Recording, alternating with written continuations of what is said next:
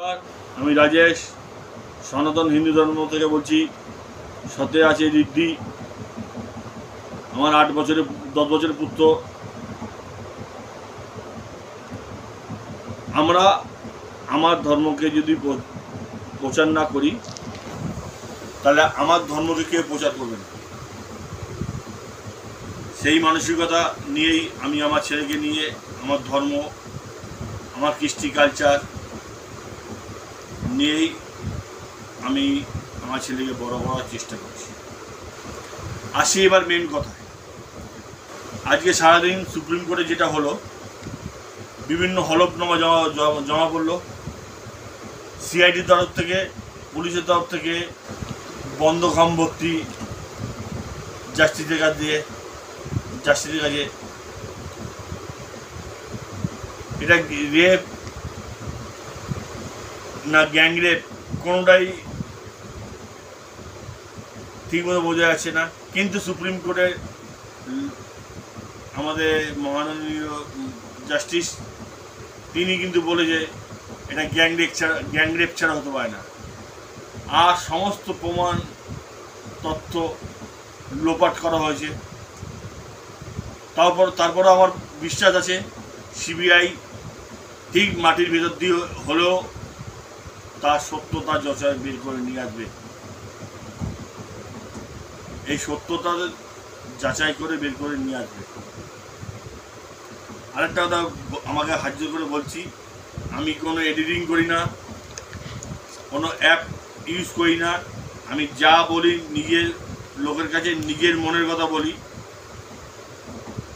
তাতে আপনি ভালো লাগলে নিজের সাথে আমার সাথে থাকবেন, না থাকলে ছেড়ে দেবেন।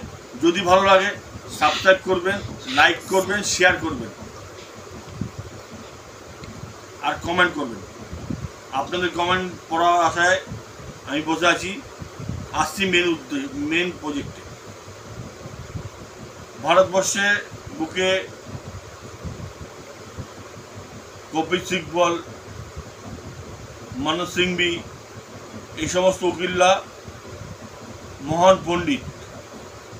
সংবিধানটাকে গুলে খেয়ে নিছে। সংবিধানটাকে কীভাবে ব্যবহার করতে হয় ওনারা খুব ভালোভাবে জানে। ভালো কাজে ব্যবহার করতে পারে, আবার খারাপ কাজে ব্যবহার করতে পারে। আমি শুধু একটা কথা কপিল সিব্বলকে বলতে চাই, আমার ব্যক্তিগত অপিনিয়ন, ওনার খ্যাতি, ওনার আর্থিক সচ্ছলতা, ওনার প্রভাব প্রতিপত্তি, ওনার টাকা পয়সা, ওনার নাম কোনোটাই কম নেই। কিন্তু আমি একটা কথা, সুইস ব্যাংকে অ্যাকাউন্টে টাকাও ওনার আছে, সেটাও জানা আছে।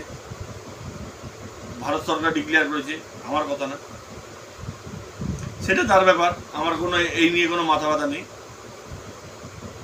আপনি কত টাকা ফিস নেবেন না, বিনা পয়সা করবেন কি বিনা পয়সায় কেস করবেন না, সম্পূর্ণটা আপনার ব্যক্তিগত। কারণ আপনি যথেষ্ট পরিশ্রম করে আজকে এই জায়গায় এসেছেন। আমি দুটো উকিলকেই বলছি, মনোজ সিংভি ও কপিল সিব্বলজি, ওনারা আমার যে অনেক সিনিয়র।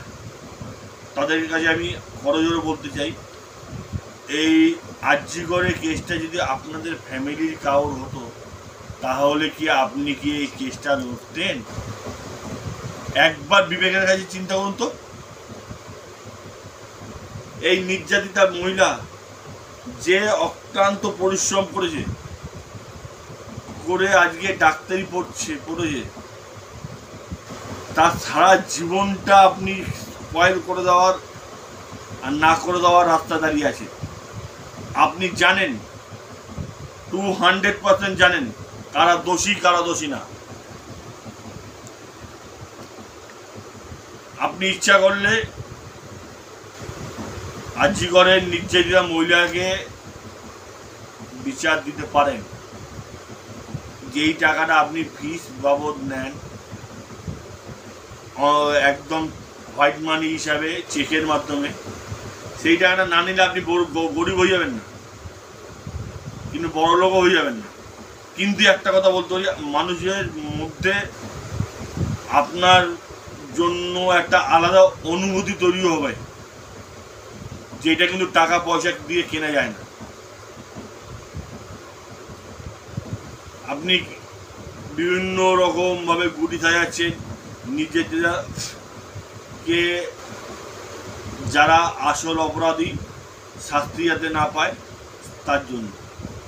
সেটা আপনি পারবেন না আমি জানি, কিন্তু সিবিআই আপনাকে ছেড়ে দেবে না। আর আমরা ভারতবর্ষকে মা বলে ডাকি, তা ভারতবর্ষের মেয়েকেও আমরা ভারত মাতা বলি। একটা মেয়ে মারা গেছে, আপনার এগেস্টে যে দুটো উকিল আছে তারাও দুজন বদ্ধ মহিলা। গুড্ডি কেস মনে আছে? গুড্ডি কেসে কিন্তু সুপ্রিম কোর্টের রায় কিন্তু আপনার এগেস্টে গেছিল। আপনার কিন্তু এটা সুনাম হয় না। সামান্য টাকার বিনিময়ে নিজের মেরুদণ্ডটাকে বিক্রি করে দেবেন না, হাত জোর করে বলছি। এমন কিছু করে যান জীবনের শেষ বয়সে এসে যে আপনার নামটা লোকের সম্মানের সাথে নেয়, অসম্মানের সাথে নেয় না। প্লিজ আর্জি করে যারা উপযুক্ত দোষী তারা যেন শাস্তি পায়, সেইটা আপনি করুন। আর ভারত মাতার দুজন মা আপনার এগেস্টে দাঁড়িয়েছে, তারা কিন্তু ছেড়ে দেবে না। সেই জন্যই বলছি আগে থেকেই, আপনি কেসটা থেকে হাত সরিয়ে নেন, কিংবা কেসটাকে এমন ম্যানিপুলেশন করবেন না যাতে আপনাকে লোকে থুতু দেয় সামান্য ব্যাপারে। আমি জানি, এটাও আমি হাত জোর করে বলছি, আপনি জানি এটা আপনার প্রফেশন, কিন্তু সব কিছু টাকার বিনিময়ে হয় না। একটু রাত্রিবেলা শুয়ে দেখবেন, আপনার বাড়ির কোনো যদি আত্মীয়টা হতো, আপনার মেয়েও বলতে নেই, মেয়ে বউ বোন এরা কেউ যদি হতো, তাহলে আপনি কোন পক্ষে যেতেন? একটু এই বলেই আমি আমার বক্তব্য শেষ করছি।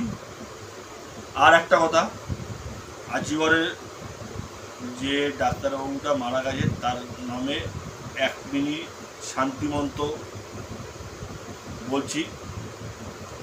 সর্বে ভবন্তু সুখিনঃ, সর্বে ভবন্তু নিরাময়াঃ, সর্বে ভবন্তু সুখন্তি, মা কশ্যচিৎ ভবেৎ। ওম শান্তি শান্তি শান্তি। এর বেশি কিছু করার ক্ষমতা আমার নেই। 27 তারিখে দেখা হবে নবান্নে, এই বলে রাখছি।